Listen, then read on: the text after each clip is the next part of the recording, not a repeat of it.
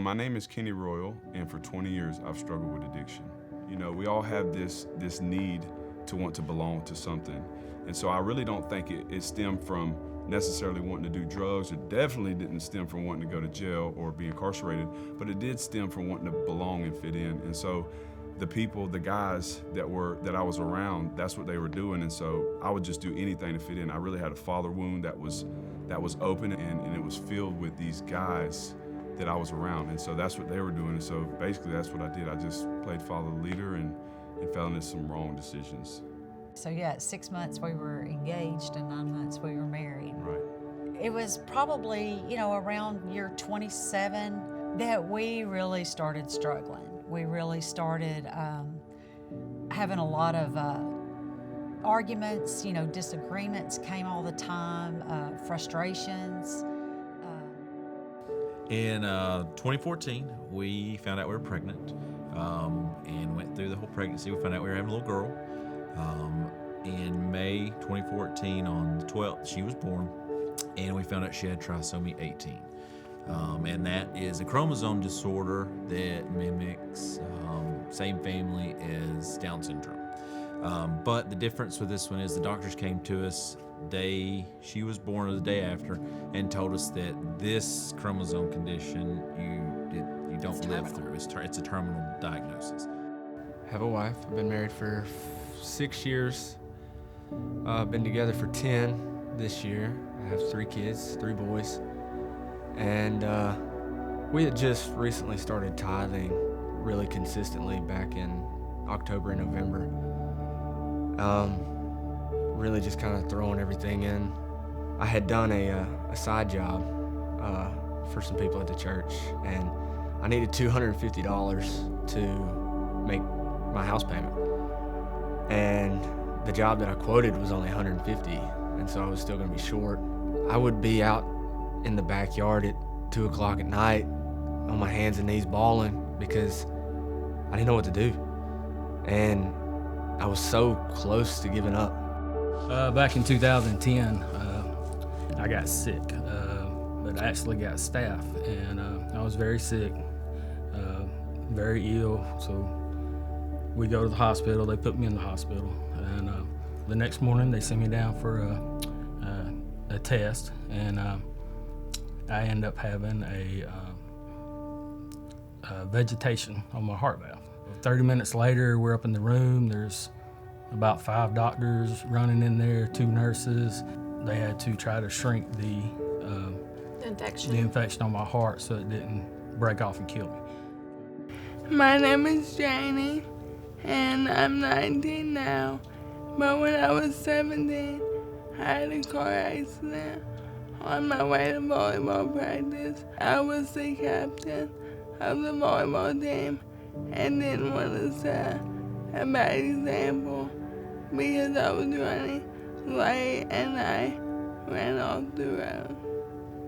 Fast forward a year after that, we found out that we were pregnant again, and we were really excited because we found out that it was twins, 2 twin little boys. And we went in just for a regular checkup, and I remember she checked baby A and everything looked great, and then when she got to baby B, she just stopped. And she said, she didn't say anything. It was just silent. And I remember saying, "There's not a heartbeat, is there?" And she said, "No."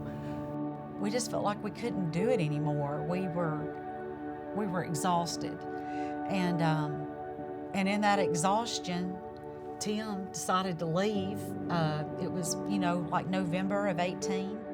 My mom says that my neurosurgeon told her that he'll do what he can, but he didn't know what to expect because people with my kind of injury don't usually make it to the hospital.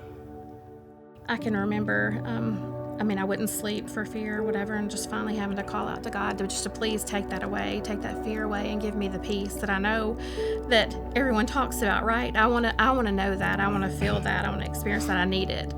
And he gave it. I got a Cash App notification that they paid me $250 for the job that I did. I realized that the person that I was being was not the person that I wanted to be. And I literally just got on my knees one day and I asked God, I said, hey man, I don't know if you're real or not. Like, I didn't grow up in church, and so I don't know if you're real or I don't know if you're not real. But if you're real, I need you to show up. And one of the coolest things was he met me where I was at, and so I really wasn't in church. And so even in my darkest times, I go back to that hey man, even when I was a sinner, you still love me. Even at my darkest, you still love me. Matter of fact, you came and got me when I didn't deserve to be gotten. I never really got discouraged in the very beginning, and I think that was because I just trusted God and knew they had a plan for me. But like as things kept happening, I just kept wondering why I wasn't hurrying up and getting better. And I knew that I just had to trust God and His timing and just wait on Him. People ask us all the time, like, how are you still standing? And we always just say Jesus. Like, we have no other reason of why we're still standing aside from Jesus. And we would just hold each other and just cry out to Jesus, and it's all we need to do. I can't imagine people going through something like that without God in their lives, or God being their rock to lean on, to believe in. And just to have a true relationship with God. It's opened my eyes to so many things that I have done wrong, but now have a tool to do right with. My blog is called This Extraordinary Life. And the purpose of my blog is I try to encourage anybody that reads it, or maybe if they're having a bad day, when they read it, they'll think of the positives throughout their day, or try to think of something in a different way.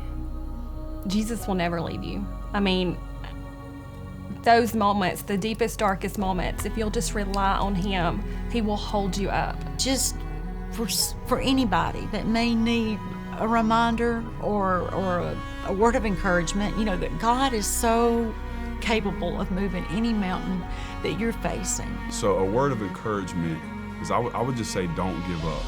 Never give up. It doesn't matter how broken you are. It doesn't matter what you've done. That God, He is restoration. He can resurrect anything. If He didn't raise from the dead, we wouldn't really believe in miracles. But since we know that God brought Him back to life, we know that He can do the impossible. It's just a miracle in itself that I'm alive.